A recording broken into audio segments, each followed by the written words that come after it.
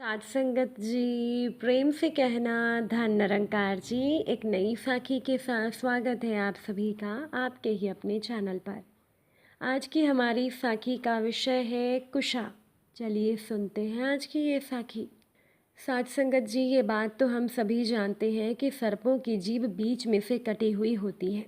विज्ञान के तर्क के अनुसार सर्पों की सुनने की शक्ति बहुत कम होती है और अपनी जीव की इस संरचना के कारण सर्प सरलता से सुन लेते हैं। हालांकि इस विषय में महाभारत और कुछ अन्य पुराणों में कथा मिलती है। इस कथा के अनुसार महर्षि कश्यप ने प्रजापति दक्ष की कन्याओं से विवाह किया, जिनसे समस्त जातियों की उत्पत्ति हुई। उनमें से ही दो थी, विंता और क्रुदु। क्रुदु ने अपने पति से 1000 पुत्र की कामना की, वहीं विनता ने केवल 2 शक्तिशाली पुत्रों की।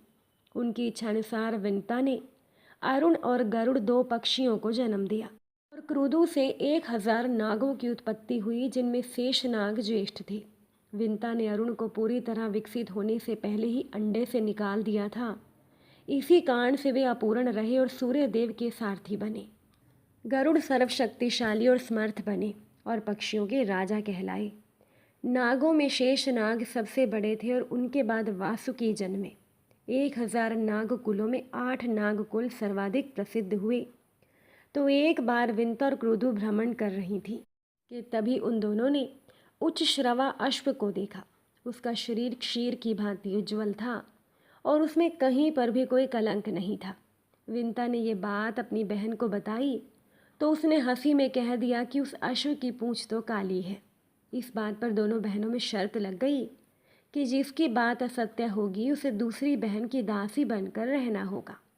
शर्त जीतने के लिए क्रुदु ने अपने पुत्र नागों से कहा कि वो श्रवा अश्व की पूंछ से लिपट जाएं ताकि उसकी पूंछ काली लगने लगे। तो बहुत सारे नागों ने अपनी माता के इस छल में साथ देने से मना कर दिया। तब क्रुदु ने उन्हें श्राप दिया कि जो कोई भी मेरी आज्ञा नहीं मानेगा वो जन्मेजय द्वारा भविष्य में किए जाने वाले सर्प यज्ञ में भस्म हो जाएंगे। तो उस डर से नागों ने माँ की बात मान ली, किंतु शेष नाग, वासुकी और कुछ अन्य नागों ने श्राप को स्वीकार किया, किंतु उन्होंने क्रुदु के छल में साथ देने से मना कर दिया। क्रुदु की आज्ञा अनुसार नाग अश्व की पूंछ से लिपट गए, जिससे कि विनता ने अपनी पराजय स्वीकार कर ली और विनता क्रुदु की दासी बन गई। जब गरुड़ को अपनी माता के दासत्व के विषय में पता चला तो वे क्रुदु और नागों के पास आए और कहने लगे कि वे उसकी माता विनता को दासत्व से मुक्त कर दें। तब इस पर क्रुदु ने कहा कि यदि वो उनके पुत्रों के लिए स्वर्ग से अमृत लेकर आ पाए तो वो विनता को दासत्व से मुक्त कर देंगी। तो गरुड़ तत्काल अमृत लाने अमरावती पहुँचे, जहाँ पर उनका देवताओं से घोर युद्ध हुआ।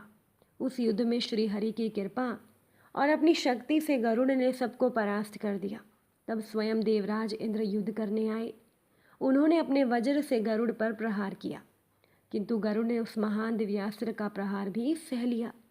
ये देखकर इंद्र ने गरुड़ के बल की प्रशंसा की और कहने लगे कि वे अमृत नागों को नहीं दे सकते हैं। तब इस पर गरुड़ ने कहा कि आप पहले मुझे अमृत देकर अपनी माता को मुक्त करवाने दीजिए, उसके बाद आप उसे वापस ले आइएगा।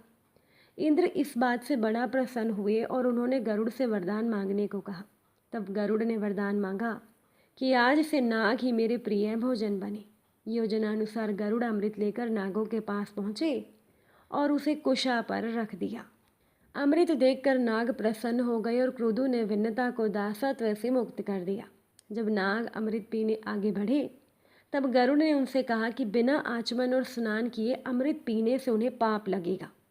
ये कहकर गरुड़ अपनी माता के साथ वहाँ से चले गए। उधर नागों ने सोचा कि अमृत का पान तो स्नान के बाद ही करना चाहिए, तो ये सोचकर वो सभी नाग स्नान करने चले गए। अब देवराज इंद्र तो इसी इंतज़ार में थे कि वो अमृत को लेकर वापस स्वर्ग आ गए। उधर जब नाग वापस आए तो उस कुशा पर अमृत कलश ना देखकर वो बड़ा पछताए। कुछ सात्विक नाग समझ गए कि उनकी माता के छल में साथ देने के कारण ही उनके साथ भी छल हुआ है। तो नागों ने सोचा अमृत इतनी देर तक कुशा पर पड़ा हुआ था तो संभव है कि उसकी कुछ बूंदें वहाँ पर भी गिरी होंगी। यही सोचकर वो सभी नाग कुशा को चाटने लगे, किंतु कुशा की तेज धार से उन सभी की जीभ के 2 टुकड़े हो गए नागों ने इसे भी अपनी माता के छल में साथ देने के अपराध में स्वीकार कर लिया। अब चूंकि कुशा से अमृत कलश का स्पर्श हुआ था, इसी वजह से कुशा को अत्यंत पवित्र माना जाने लगा। यही कारण होता है कि पूजा में भी कुशा का प्रयोग ज़रूर होता है। साथ संगत जी, कुशा घास का प्रयोग कर्म कांड कराने में किया जाता है। ऐसी मान्यता है कि कुशा नामक घास को उखाड़ने से ये वर्ष भर कार्य करती है तथा पूजा पाठ कर्म कांड सभी शुभ कार्यों में आचमन में ये जाप आदि करने के लिए कुशा अमावस्या के दिन उखाड़ कर लाई जाती है। हिंदू धर्म में कुशा के बिना किसी भी पूजा को सफल नहीं माना जाता है। साथ संगत जी, पौराणिक मान्यताओं के अनुसार एक समय हिरण्यकश्यप के बड़े भाई हिरण्याक्ष ने धरती का अपहरण कर लिया।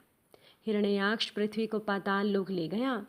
राक्षस राज इतना शक्तिशाली था कि उसका कोई विरोध तक ना कर सका। तब धरती को मुक्त कराने के लिए भगवान विष्णु ने वराह अवतार लिया और हिरण्याक्ष का वध करके धरती को मुक्त कराया तथा पृथ्वी को पुनः अपनी पूर्व अवस्था में उनकी स्थापना की।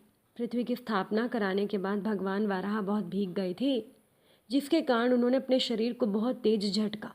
झटकने से उनके रोए टूटकर धरती पर जा गिरे, जिससे कि कुशा की उत्पत्ति हुई। कुशा की जड़ में भगवान ब्रह्मा, मध्य भाग में भगवान विष्णु और शीर्ष भाग में भगवान शिव विराजते हैं। मान्यताओं के अनुसार कुशा को किसी साफ सुथरे जल स्रोत अथवा पोखर से प्राप्त करना चाहिए और खुद को पूरब की दिशा की तरफ मुंह करना चाहिए तथा अपने हाथों से कुशा को धीरे धीरे उखाड़ना चाहिए और ध्यान रखना चाहिए कि कुशा साबुत ही रही, ऊपर की नोक भी ना टूटने पाए। और कुशा का तो चिकित्सा में भी प्रयोग किया जाता है। कुशा का प्रयोग प्राचीन काल से चिकित्सा और धार्मिक कामों में किए जाने का वर्णन है। भाद्रपद कृष्ण अमावस्या को कुशोटपातनी अमावस्या भी कहा जाता है और इस दिन पूरे साल भर के लिए पुरोहित नदी, पोखर, जलाशय आदि से कुशा घास एकत्रित करके घर में रखते हैं। अगर आज की ये साखी आपको अच्छी लगी हो, वीडियो को लाइक शेयर ज़रूर कर दीजिएगा। आप सभी से फिर मुलाकात होगी नई साखी और नए विचारों के साथ। साथ संगत जी, प्यार से कहना, धन निरंकार।